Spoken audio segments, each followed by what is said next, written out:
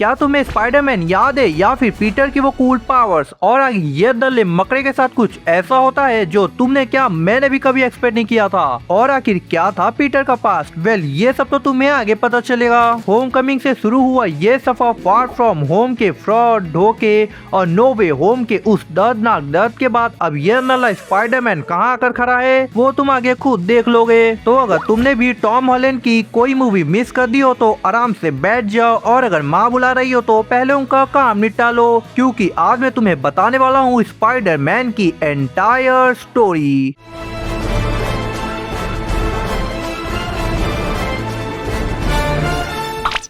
तो कहानी की शुरुआत होती है दल्ले पीटर के पास से। सो यहाँ आयरन मैन 2 में यह साला पागल बच्चा जो बचपन में स्टार्क एक्सपोज के अंदर आयरन मैन का सस्ता प्लास्टिक का 5 रुपये वाला मास्क पहनकर यहाँ वो रोबोट के सामने खड़ा हो जाता है। यह साला ऐसा खड़ा है जैसे किसी नए कॉलोनी के एक प्लॉट पर कोई नाजायज कब्जा करके बैठा हो। पर इससे पहले कि वो वहाँ पेला जाता, खुद आयरन मैन चच्चा अपनी इज्जत बचाने के लिए वहाँ आकर उसे बचा लेते हैं। और सबसे बड़ी बेहुदा बात तो ये है कि सालों बाद मार्वल ने खुद बोल दिया कि वो साला पागल बच्चा और कोई नहीं बल्कि यही पीटर पार्कर था। वाह, खैर आगे हम देखते हैं हमारे भोंडूमन यानी स्पाइडरमैन अपनी बूढ़ी अंट मे के साथ रहता था। मे का सीन ये है कि इस उम्र में भी वो पड़ोस के हर एक अंकल को ऐसे टाटती है जैसे कॉलोनी का पूरा इलेक्ट्रिसिटी बिल वही भरती हो। वो घर के अंदर ऐसे टाइट कपड़ा पहनती है कि पड़ोस के शर्मा जी और वर्मा जी बालकनी में बाइनर कूलर लेकर दिन भर टाटे रहते हैं। और मैं उन्हें देख कर ऐसी मीठी स्माइल पास करती है जैसे इसकी ओनली फैन सब्सक्रिप्शन ले रखा हो। छी भाई कितना गंदा जोक मारा मैंने। स्कूल में पीटर का स्टेटस 1 नंबर के बैक बेंचर और लूजर वाला होता है। केमिस्ट्री लैब में इसको टीचर के अलावा कोई नहीं जानता और ये दिन भर एक मोटी टेक्स्ट बुक के पीछे अपना मुंह छुपाए रहता है ताकि कोई इसकी शक्ल ना देख ले। लेकिन ट्विस्ट तब आता है जब टेस्ला बाबा टोनी स्टार्क खुद इसके घर का दरवाजा तोड़कर अंदर घुसते हैं। टोनी इसके लैपटॉप पर इसके लोकल गली के छपरी चोरों को पकड़ते हुए वो एम्बैरेसिंग वीडियो देखता है जो इसने खुद बनाई होती है। सोचो उस 15 साल के लौंडे की फटी हुई कान की क्या हालत रही होगी। कान अचानक एक अरबपति इसके रूम में आकर इसके गंदे बिना धोए हुए सॉक्स बेड पर पड़े रहस्य में डार्क इसके हिडन फोल्डर की हॉट रील्स चेक करता है। ये सब देखने के बाद भी टोनी से रिश्वत देता है जैसे हमारे देश के नेता लोग लेते हैं और सीधा प्लेन में चढ़ा देते हैं। लेकिन टोनी स्टार्क को क्या पता था कि यह 16 साल का चादर चोर को प्लेन में बैठने का कोई तजुर्बा नहीं है। साला प्लेन में भी इसको रील्स बनाने की और हगने की चुल मची रहती है। फिर वही बात आ जाएगी जो गरीब हो ना आदमी, यो साला अपनी आदत से गरीब हो। फिर इसे एक होटल में रख जहाँ यह भोंडूमन अपना वही गंदा सा कॉस्ट्यूम पहनकर बैठे रहता है। तभी वहाँ बुढ़ा हैप्पी चाचा होगन एक high tech red blue suit दिखाते हैं और कहते हैं, ओए नल्ले बेरोजगार, ये एक हाई टेक कॉस्ट्यूम है, अब तू इसी पहनेगा वरना तुझे नंगा करके दिल्ली के बीच सड़कों पर पहुँचा दूंगा। देन यहाँ हमें देखने मिलता है कैप्टन अमेरिका सिविल वॉर में, जहाँ उसे पहले ही एक मकड़े ने काट लिया होता है और अंकल बेन भी उसके लाइफ से जा चुके थे। पीटर के लाइफ में सब कुछ अच्छा चल रहा होता है कि एक दिन उसे अपने घर के बाहर एक चमचमाती महंगी गाड़ी दिखती है। पीटर को लगता है कि यह जरूर उनकी आंट में का कोई अमीर आशिक होगा जिससे PS5 के पैसे मांगने के लिए जैसे ही पीटर घर में घुसता है उसे मालूम चलता है कि यहाँ उसकी आंट में का कोई अमीर आशिक नहीं, यहाँ तो टोनी चच्चा AKA आयरन मैन है। फिर पीटर टोनी चच्चा को एक कमरे में ले जाता है और कहता है,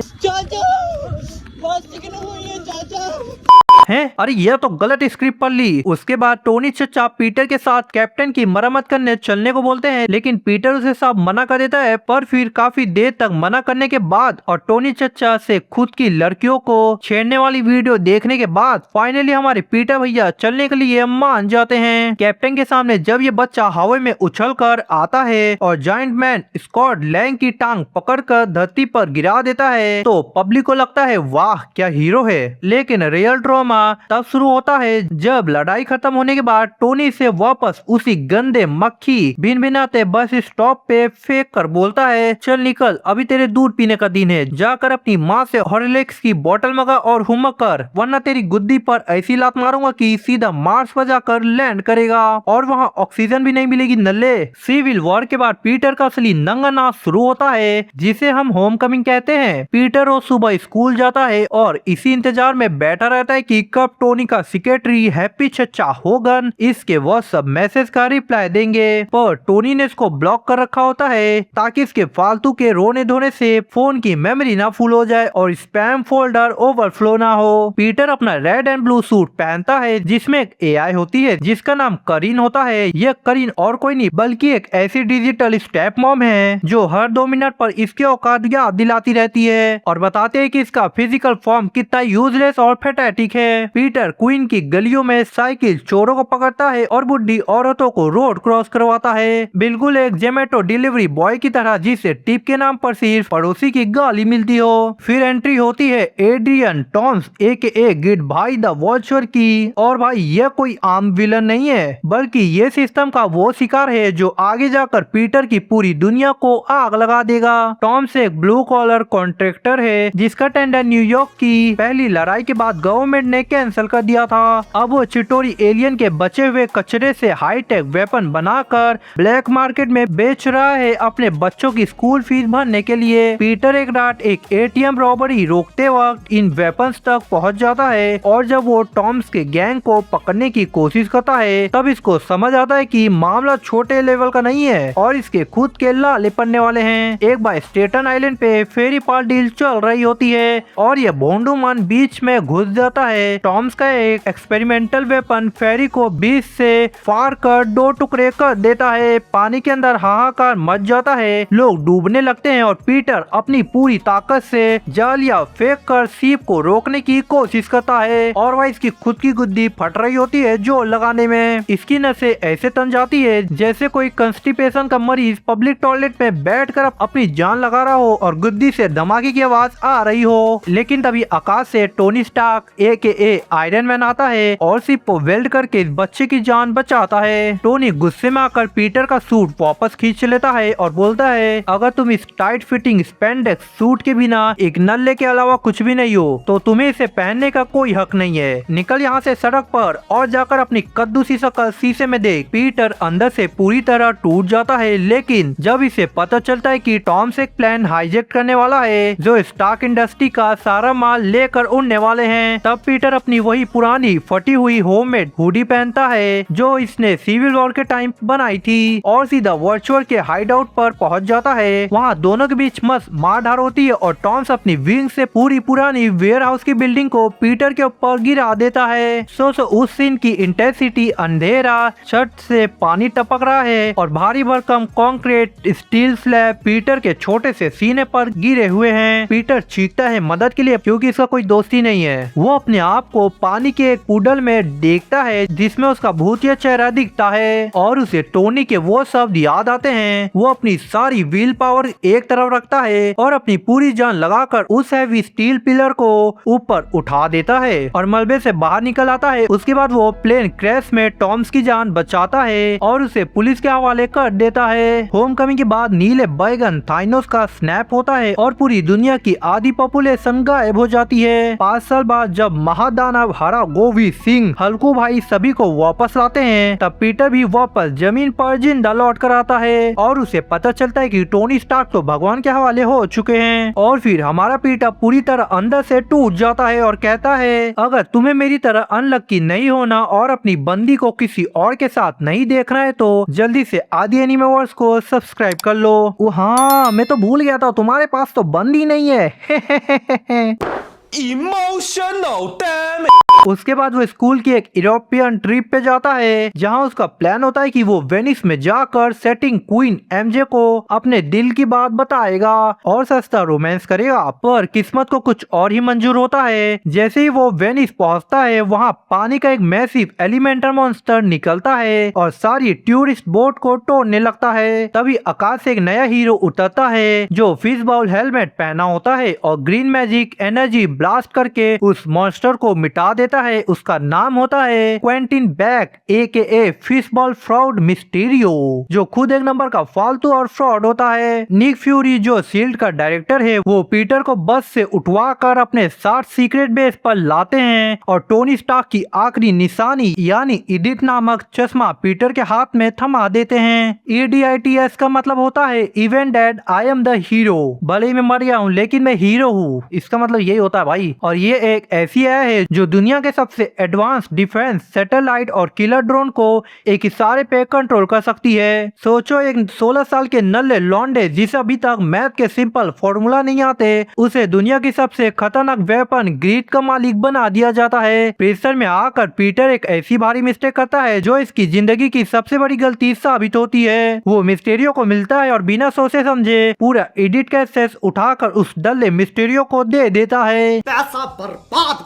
या भाई यह साला पीटर अभी भी पागल बच्चा है, किसी पे भी भरोसा कर लेता है, डर लगाई का। और वहीं पे होता है सबसे बड़ा सिनेमैटिक बिट्रेयल, जहां इस भूतिया का पूरी तरह से लम्बा वाला कट जाता है। मिस्टेरियो इसको ऐसा चूना लगाता है कि पीटर बिना वैसलीन के सीधा सड़क पर आ जाता है। पीटर को एक रूम के अंदर पता चलता है कि मिस्टेरियो कोई दूसरे डायमेंशन का हीरो नहीं है, बल्कि वो टोनी स्टार्क का एक पुराना डिसग्रांटेड एम्प्लॉय है जो होलोग्राफी, प्रोजेक्शन, ड्रोन और सीजीआई स्पेशल इफेक्ट का इस्तेमाल करके फेक मॉन्स्टर क्रिएट कर रहा है ताकि वो दुनिया के सामने नया आयरन मैन बन सके। साला पागल कहीं का। लंदन के टावर ब्रिज पर इन दोनों पार्टी के बीच राणा शुरू होता है, जहां मिस्टेरियो अपने ड्रोन के जरिए हजारों होलोग्राफी मॉन्स्टर बनाकर पीटर के छोटे से दिमाग को हिला देता है। पीटर अपनी आंखें पूरी तरह से बंद कर लेता है और सिर्फ अपने स्पाइडर सेंस के भरोसे अंधेरे हवा में जंप करके सारे ड्रोन को तबाह कर देता है। मिस्टेरियो अपने ही ड्रोन की गोली से मारा जाता है और ये बेकार सिस्टम का कंट्रोल वापस ले लेता है। लेकिन तभी एक ऐसी आफत आती है जो मार्वल की हिस्ट्री को हिला कर रख देती है। जब पीटर न्यूयॉर्क वापस आता है तब टाइम स्क्वायर की जॉइंट स्क्रीन पर एक ब्रेकिंग न्यूज चलती है। मिस्टेरियो मरने से पहले एक वीडियो रिकॉर्ड करके छोड़ गया होता है जिसमें वो सारा ब्लेम स्पाइडरमैन पे डाल देता है और आखिरी सेकंड में पीटर का नकाब खींचकर उसका रियल चेहरा पूरी दुनिया के सामने एक्सपोज कर देता है। ले भाई इसका तो फेस रिवील हो गया।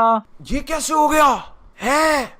इसके नेक्स्ट मूवी में जब दुनिया को यह पता चल जाता है कि पीटर ही स्पाइडरमैन है, तब इसकी और इसकी दोस्तों की लाइफ नरक बन जाती है। MIT वाले ने स्पाइडरमैन की बंदी MJ 16 साल के चोमू भोंडू रोते बच्चे के पास भी बंदी है, लेकिन तुम्हारे पास नहीं नल्लो। और नेट का एडमिशन कैंसिल कर दिया है क्योंकि उनका कनेक्शन 100 कॉल क्रिमिनल के साथ था। तंग आकर पीटर सीधा मैजिक अंकल डॉक्टर स्ट्रेंज के पास जाता है और उन्हें बोलता है कि कोई ऐसी स्पेल चलाओ जिसे पूरी दुनिया के दिमाग से ये बात निकल जाए कि पीटर पार्कर ही स्पाइडरमैन है। डॉक्टर स्ट्रेंज कहता है कि ये थोड़ा रिस्की है, लेकिन फिर भी वो स्पेल शुरू कर देता है। जब स्पेल चलती है तो पीटर बीच बीच में अपनी चुल दिखाने लगता है। अरे रुको डॉक्टर अंकल, मेरी छमिया MJ को मत भुलाना और नेट के मोटे पेट को भी याद रखना ताकि वो मुझे भूले नहीं। अरे बस कर भाई। और यही छोटी छोटी हरकतें स्पेल को अनस्टेबल कर देती है। देन आगे जाकर ये होने वाला है कि रियलिटी के फैब्रिक फटने लगते हैं और मल्टीवर्स के सारे दरवाजे खुल जाते हैं। यहाँ पर एंट्री होती है उन लेजेंड कैरेक्टर्स की जिन्होंने आगे जाकर इस पूरी मूवी का रुख ही बदल दिया। पीटर जब ढूंढने निकलता है तब सबसे पहले इसके सामने आता है मैक्स डीलॉन AKA बिजली भाई इलेक्ट्रो और Norman Osborne AKA pumpkin uncle green goblin. फिर डॉक्टर स्ट्रेंज स्पाइडरमैन को कहता है कि ये सारे नल्ले क्रिएचर को कैप्चर करने का काम तुम्हारा है और फिर स्पाइडरमैन एक एक करके सभी को पकड़ता है। तभी उसकी बात ग्रीन गॉब्लिन से भी होती है और ग्रीन गॉब्लिन स्पाइडरमैन को बात बात अपनी साइड कर देता है और फिर वो सब डॉक्टर स्ट्रेंज के ही बेस में चले जाते हैं और फिर तभी doctor strange AKA green goblin को कैप्चर कर देता है। फिर हमें पता चलता है कि वो सब अपने रियल डायमेंशन में मरने वाले हैं, लेकिन तभी स्पाइडरमैन ये रोकने के लिए मैजिक बॉक्स चुरा कर भागने की कोशिश करता है। तभी डॉक्टर स्ट्रेंज स्पाइडरमैन को पकड़ लेता है और फिर स्पाइडरमैन और डॉक्टर स्ट्रेंज के बीच लड़ाई देखने को मिलता है जब मैजिक बॉक्स के लिए दोनों आपस में भिड़ पड़ते हैं और डॉक्टर स्ट्रेंज इस लल्लू मन को मिरर डायमेंशन में लटका कर छोड़ देता है। फिर स्पाइडरमैन स्ट्रेंज को अपनी जालियों से ट्रैप करके स्केप कर जाता है और फिर सारे क्रिएचर को बाहर निकालता है और सभी खुश होते हैं, लेकिन ये खुशी ज्यादा देर तक नहीं टिकती। जब वो सभी विलन को ठीक करने का प्लान बनाते हैं तब ग्रीन गोब्लिन का असली रूप बाहर आता है। नॉर्मन ओसबॉर्न के अंदर का गोब्लिन कंट्रोल अपने हाथ में ले लेता है और पीटर के ही घर के अंदर भयंकर धमाका कर देता है। अंत में उस ब्लास्ट की रेंज में आ जाती है और जब पीटर उसके पास जाता है तब अंत में के मुंह से आखिरी शब्द निकलते हैं, with great power there must also come great responsibility. अंत में वही दम तोड़ देती है पीटर के अंदर का बचपन और मासूमियत इंसानियत हमेशा के लिए मर जाता है। गुस्सा, दर्द और बदले की आग इसके सीने में धड़कने लगती है और फिर जो होता है उसने पब्लिक को पागल कर दिया था। नेड अपने रूम में मैजिक स्लिंग रिंग घुमाकर एक पोर्टल खोलता है और वहाँ से पहले निकल कर आता है एंड्रॉइड गर्लफ्रेंड वाला एंड्रॉइड स्पाइडी और थोड़ी ही देर बाद निकल कर आता है ओजी स्पाइडरमैन यानी टोबी मैग्यूर वाला अंकल स्पाइडी। तीनों जनरेशन के स्पाइडरमैन एक ही स्क्रीन पर साथ खड़े हैं, जहां एक तरफ ओजी लेजेंड है, एक तरफ एंड्रयू है और बीच में यह भूतिया टॉम हॉलैंड खड़ा है। शुरू में यह सीन बड़ा फनी होता है जहां तीनों अपने अपने ऑर्गेनिक और मैकेनिकल वेब शूटर के बारे में बात करते हैं, किसकी कमर में दर्द है वो डिस्कस करते हैं और अपने अपने यूनिवर्स के दुख शेयर करते हैं। लेकिन इसके बाद मूवी का सबसे इमोशनल और दिल दहलाने वाला सीन शुरू होता है जब बाकी के दो अल्टरनेटिव यूनिवर्स वाले स्पाइडरमैन टोबी और एंड्रयू इसके पास आकर अपनों को खोने का दुख बांटते हैं। एंड्रयू वाला स्पाइडी बताता है कि कैसे उसने अपनी प्यार की छमिया ग्वेन स्टेसी को बचाने की कोशिश में अपने ही आंखों के सामने मरते हुए देखा था और वही दर्द उसे आज तक अंदर ही अंदर खा रहा है। इस पूरे सीक्वेंस में पीटर को समझ आता है कि सुपर हीरो होने का मतलब सिर्फ हवा में उड़ना नहीं बल्कि अपनों को खोने का दर्द चुपचाप सहना पड़ता है। ग्रैंड फिनाले होता है स्टैचू पर जो उस वक्त रेनोवेट हो रही होती है। तीनों स्पाइडरमैन मिलकर सारे विलन के साथ आखिरी जंग लड़ते हैं। इलेक्ट्रो, सैंडमैन, लिजर्ड और ग्रीन गोब्लिन सभी एक तरफ होते हैं। टीम वर्क का ऐसा नजारा देखने को मिलता है कि रोंगटे खड़े हो जाते हैं। तभी वहाँ स्पाइडरमैन वर्सेस गोब्लिन के बीच मारपीट शुरू होता है। टॉम हॉलैंड सीधा बिल्डिंग के रूफ पर जाता है जहाँ गोब्लिन छुप कर बैठा होता है और ये उस पे टूट पड़ता है, लेकिन तभी टोबी मैग्यूर वाला स्पाइडरमैन आकर इसका हाथ रोक लेता है और इसे वो मिस्टेक करने से बचा लेता है। और अब आती है वही लेजेंडरी और सबसे दिल दहलाने वाले सीन की, जब स्टैचू का पूरा स्कार्फोर्ड और ग्रीन गोब्लिन के धमाके से एमजे ऊपर से सीधा नीचे गिरने लगती है तो हमारा नल्ला टॉम हॉलैंड वाला स्पाइडरमैन उसे बचाने के लिए अपनी पूरी जान लगाकर हवा में जंप करता है, पर रास्ते में वही दल्ला ग्रीन गोब्लिन इसके बीच में आ जाता है और इसे रोकने की कोशिश करता है। एंड वहीं पे याद आता है एंड्रयू वाले स्पाइडी को अपना पुराना ट्रॉमा, वो ग्वेन स्टेसी को नहीं बचा पाया था। एंड्रयू वाला स्पाइडी अपनी सारी ताकत लगाकर हवा में उड़ता है, खुद अपनी जान की परवाह किए बिना सीधा एमजे को हवा में पकड़ लेता है और उसे जमीन पर सेफ उतार देता है। जब एंड्रयू अपनी बाहों में एमजे को लेकर जमीन पर गिरता है और उसकी तरफ देखता है तो उसकी आंखों में वही पुराना दर्द और रिलीफ दिखता है कि जो गलती उसने अपने यूनिवर्स में की थी वो आज उसने यहाँ दोहराने नहीं दी। उसके बाद तीनों मिलकर एक एक करके सभी विलन को उनके क्योर देते हैं और उन्हें नॉर्मल इंसान बना देते हैं। लेकिन मल्टीवर्स की खराब हालत अभी भी खत्म नहीं हुई होती। स्काई में दर्दनाक दरवाजा खुल रहे होते हैं और भी लोग आने लगते हैं जिन्हें पता है कि स्पाइडरमैन कौन है। इस तबाही को रोकने का सिर्फ एक ही रास्ता बचता है। पीटर डॉक्टर स्ट्रेंज के पास जाता है और रोते हुए कहता है आखिरी स्पेल चलाओ और इस बार ऐसी स्पेल चलाओ कि पूरी की पूरी दुनिया से यहाँ तक कि एमजे से, नेड से और हैप्पी से भी पीटर पार्कर की हर एक मेमोरी हमेशा हमेशा के लिए इरेज हो जाए। मैं तुम्हारे बाप का नौकर नहीं हूँ। स्ट्रेंजर भारी मन से वो स्पेल कास्ट कर देता है। गोल्डन लाइट पूरी दुनिया में फैल जाती है। पीटर अपने दोस्तों के पास आखिरी बार जाता है, एमजे के चेहरे को देखता है जिसके माथे पर लड़ाई की वजह से अभी भी घाव और खून लगा होता है। पीटर का दिल रोता है कि वो अपनी छमिया एमजे को बचाने के लिए किसी भी हद तक जा सकता है, इसीलिए वो बिना कुछ बोले चुपचाप वहाँ से पीछे हट जाता है ताकि उसकी जिंदगी खतरे में ना पड़े। देन वो एमजे को बताने की कोशिश करता है कि वो उसका बीएफ है और हाथ में लेटर या निशानी लेकर जाता है, पर एमजे पहले सब भूल चुकी होती है और उसे पहचानती तक भी नहीं कि वो कौन है, क्योंकि सबका दिमाग वाइप अप हो चुका है। और अगर तुम सोचते हो कि स्पाइडरमैन की लाइफ सिर्फ फनी जोक तक सीमित है तो तुम्हारी ये गलतफहमी इस नए फेस में पूरी तरह से दूर हो जाएगी। पीटर पार्कर का ये पूरा सफर इस बात का सबूत है कि कैसे एक प्रीविलेज किड जो टोनी स्टार्क के प्राइवेट जेट में घूमता था अचानक से लाइफ के सबसे हार्श रियलिटी चेक का शिकार बनता है।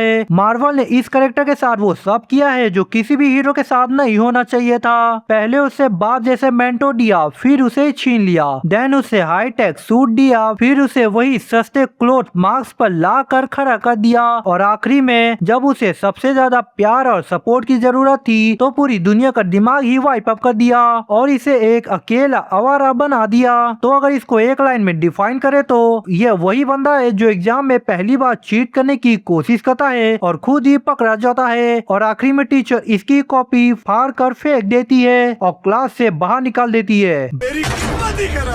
Brand new day. नो वे होम के बाद इस भूतिया पीटर का जो नंगा नाच शुरू होता है वहीं से असली कहानी की है इसी तैसी शुरू होती है। पिछले 4 सालों से यह नल्ला स्पाइडरमैन शहर की गलियों में घूम घूम कर छोटे मोटे टपोरी, स्कॉर्पियन जैसे छपरी विलन और द हैंड के निंजा को पेलते पेलते शहर का क्राइम तो कम कर देता है, पर इसकी अपनी जिंदगी का पूरा बैंड बच चुका होता है। बिना किसी एम्प्लॉयमेंट के 24 घंटा पूरे मेंटल स्ट्रेस और एंजाइटी में जीते जीते इसकी तबीयत ऐसी खराब हो चुकी होती है कि पूछो मत। डिप्रेशन में रहता हूँ हमेशा, अब भी मैं डिप्रेशन में हूँ, हमेशा सिर में दर्द रहता हूँ।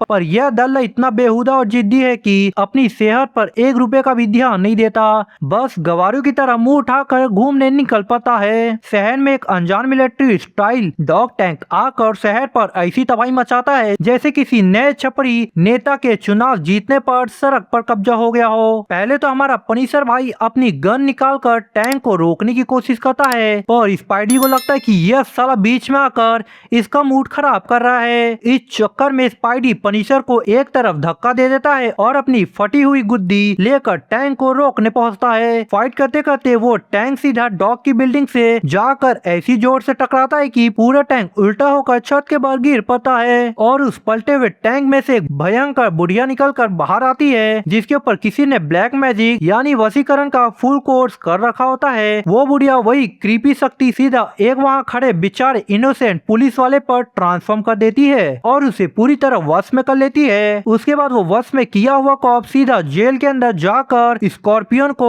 रिहा कर देता है। मतलब किस्मत का खेल देखो। स्पाइडरमैन दिमाग खजवा रहा होता है कि स्कॉर्पियन चादर चोर को दोबारा कहां से ढूंढूं, और उधर वो वशीकरण वाला कॉप उसे खुद जेल से भगाकर सड़क पर वीआईपी एंट्री दिलाता है। देन जब स्पाइडी स्कॉर्पियन को ढूंढने के लिए इधर उधर भटक रहा होता है, तभी रास्ते में एक लोकल टपोरी दुकान पर इसे अपना पुराना मोटा दोस्त नेट दिखाई देता है जो किसी हाउस पार्टी के लिए चिप्स, ठंडा और ड्रिंक सामान खरीद रहा होता है। स्पाइडी अपने इस मोटे गेंडे दोस्त का पीछा करते करते सीधा उस घर की पार्टी के अंदर घुस जाता है। वहाँ अंदर जाते ही इसका खड़ा हो जाता है। वो नहीं जो तुम्हारे गंदे दिमाग में चल रहा है, मेरा मतलब है पुरानी यादें उसके दिमाग में खड़े होने लगती है क्योंकि वहाँ इसको मिलती है इसकी पुरानी प्यार छमिया एमजे। और साला दुख ये होता है कि चाहे मल्टीवर्स बदल गया हो या स्ट्रेंज का स्पेल चला गया हो, इन दोनों को देखकर भी एमजे और नेट को जरा सा भी स्पाइडरमैन याद नहीं आता। और ऊपर से ट्रॉमा तब और एक्सट्रीम लेवल पर बढ़ जाता है जब स्पाइडी अपनी नंगी आंखों से देखता है कि एमजे एक नए छपरी लड़के के साथ चिपकी हुई है और वहाँ खड़े खड़े उसके गंदी गंदी टपोरी स्टाइल चुम्मा चाटी कर रही है। यह नजारा देखकर इस भूतिया का दिल इतना टूट जाता है कि ये वहाँ से रोते रोते सीधा अपने गंदे रूम में भागता है। देन वो घर पर आकर सीधा बिस्तर पर मुंह के बल गिरता है और स्ट्रेस एंड शॉक की ऐसी आग लगती है कि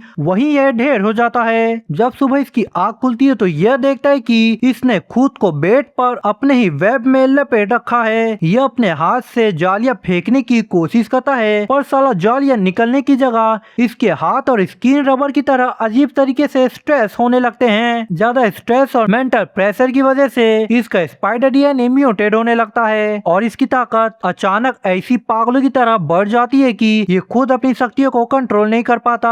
तभी से न्यूज मिलती है कि स्कॉर्पियन ने डॉट की एक और ब्रांच पर हमला कर दिया है। यह बात सुनते ही स्पाइडी सीधा डॉट पहुंचकर स्कॉर्पियन को बिना किसी तरस के धोबी प्रचार की तरह पेलने लगता है। लड़ते लड़ते इसे समझ आता है कि स्कॉर्पियन पर भी वशीकरण हो रखा है। गुस्से में आधा होकर स्पाइडी स्कॉर्पियन की ऐसी गुद्दी लाल करता है और इसका भूत बनाता है कि मार खाते खाते स्कॉर्पियन के ऊपर से वो वशीकरण का असर ही टूट कर भाग जाता है। पर इस पूरी मार डर और हार्मोन चेंज की वजह से अब स्पाइडरमैन का खुद अपने ऊपर से काबू छूटने लगता है और इसका बॉडी का टेम्परेचर सूरज की तरह तपने लगता है। डेंजरस म्यूटेशन को कंट्रोल करने के लिए यह सीधा पहुंचता है अपने पुराने दोस्त और साइंटिस्ट ब्रूस बैनर के पास, और ये और कोई नहीं बल्कि हमारा अपना हल्क भाई है जो उस वक्त खुद एक हाई टेक मशीन का इस्तेमाल करके हल्क से वापस आम भोला वाला इंसान बनने की कोशिश कर रहा होता है। पीटर ब्रूस से कहता है कि भाई ब्रूस, ऐसी कोई मशीन है जो जानवर के म्यूटेड लल्लू जैसी बॉडी और पावर को कंट्रोल कर सके। ब्रूस लंबी सांस लेकर सर पर हाथ रखकर बोलता है, देख पीटर, ये तो हो सकता है पर ये एक्सट्रीमली रिस्की है। अगर अगर थोड़ी सी भी गड़बड़ हुई तो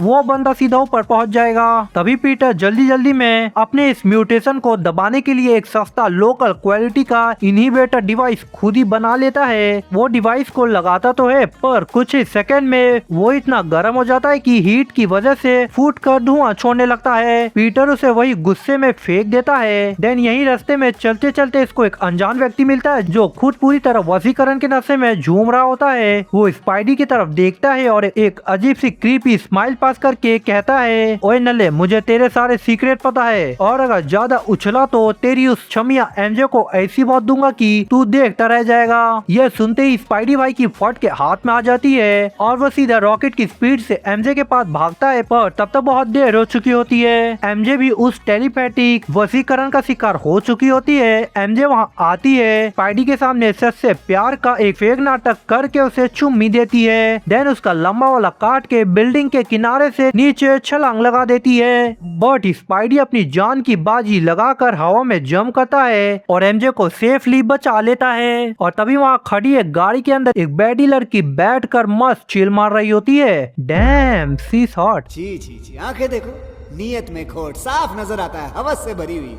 और इसके सूट की आय तुरंत स्कैन करके उसे बताती है कि बॉस, सारे वशीकरण के पीछे की मास्टरमाइंड यही बैडी है। तभी एमजे को थोड़ा होश आता है और स्पाइडी बिना एक सेकंड गवाए एमजे को उठाकर पनिशर के सीक्रेट खुफिया अड्डे पर ले जाता है। वहाँ एआई की मदद वो उस लड़की की फोटो ट्रैक करता है और स्क्रीन पर नाम निकल कर आता है, जीन ग्रे। एमजे की वजह से मिली जानकारी के बाद पीटर जल्दी से अपने उस खराब इनहिबिटर को ठीक करता है जिससे इसकी नई म्यूटेंट पावर शांत हो जाती है और साथ ही ये एक यूनिवर्सल इनहिबिटर भी तैयार कर लेता है ताकि इस भूतनी जीन ग्रे को रोक सके। पर तभी से पता चलता है कि जीन ने सीधा डॉक्टर के मेन हेडक्वार्टर पर हमला बोल दिया है। स्पाइडी बिना एक सेकंड वेस्ट किए वहां पहुंचता है पर वहां का नजारा देखकर इसका बचा कुचा दिमाग भी बम की तरह फट जाता है। देन जीन ग्रे अपनी टेलीपैथिक पावर का पूरा नंगा नाच दिखाते हुए सीधा हल को ही अपने पूरी तरह वश में कर चुकी होती है।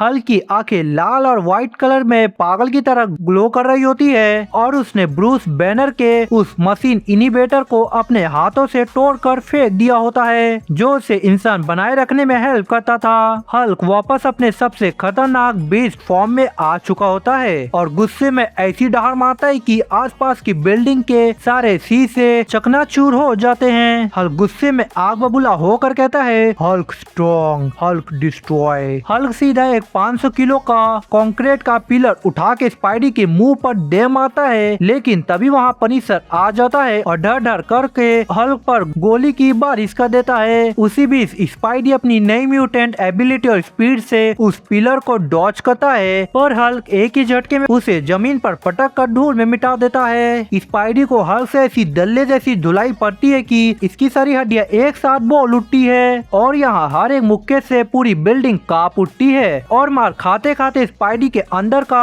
स्पाइडर डीएनए और ज्यादा म्यूटेट होने लगता है। डर से इसका पूरा शरीर सूरज की तरह गर्म होने लगता है। स्पाइडरमैन दर्द में कहता है, नहीं, अगर यहाँ हार मान गया तो ये जीन चादर छोड़ पूरे शहर को कब्रिस्तान बना देगी। स्पाइडी अपने सारे पावर और उस न्यूली बिल्ड यूनिवर्सल इनहिबिटर का यूज करने की सोचता है पर उसे पता है कि पहले इस 500 किलो के गुस्से के गुब्बारे हल को रोकना होगा। स्पाइडी अपनी बची कुछ जान लगाकर सीधा हल के पास जाता है, उसके सर पर हाथ रखता है और अपनी टेलीपैथिक रेसिडेंट व्हील पावर का इस्तेमाल करके पुरानी दोस्ती की याद दिलाते हुए हल के दिमाग को शांत करने की कोशिश करता है। वो ब्रूस बैनर के साथ लैब में बिताए गए उन स्ट्रगल भरे दिनों को याद दिलाता है। ब्रूस मेरे भाई, रुको, ये तुम्हारा असली रूप नहीं है, वो कमीनी तुम्हें कंट्रोल कर रही है, तुम उससे कहीं ज्यादा ताकतवर हो। ब्रूस, अपनी आत्मा को जगाओ यार। जैसे स्पाइडी ये बोलता है, हल्क की घूमती हुई रेड आके धीरे धीरे नॉर्मल होने लगती है। उसका गुस्सा शांत होने लगता है और वो बीस्ट वाला